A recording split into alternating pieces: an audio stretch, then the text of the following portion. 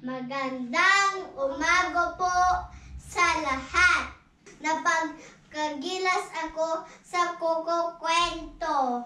Ako po si Elea Sarola Revilla, mula sa Coldon South District. Si Putot, ang asong manukot. Kwento Minamar Migonia. Guhit ni Charles Fang. Mahabang buntot ay pangarap ni Putot.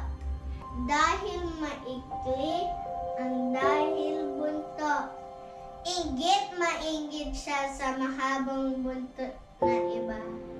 At kaya hihiya ang buntot niya.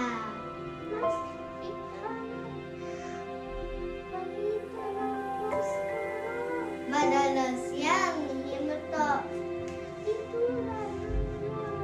Sabi ni Putot, pwedeng pluma ang kanyang buntot. O di kaya'y ng posa. Ang buntot iya'y dangal kanyang amo. Ganon din ang baboy. Pansinin sa handaan na kulot na buntot. Pati ang kabayo, pwedeng brotsa ang panot ng buntot. Mabuti pa ang baka, hikbi pa ni Putot. Pwedeng papaypay ang mahabang buntot.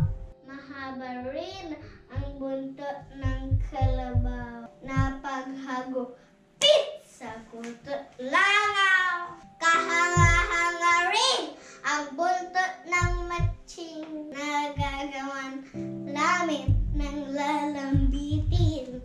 Bakit ka umiiyak, kabigan? Tanong kay Putot ng bulate. Kasi mas malas ako, may clip ang buntot ko. Mabuti ka ba? Mahaba ba yung buntot mo? Wah!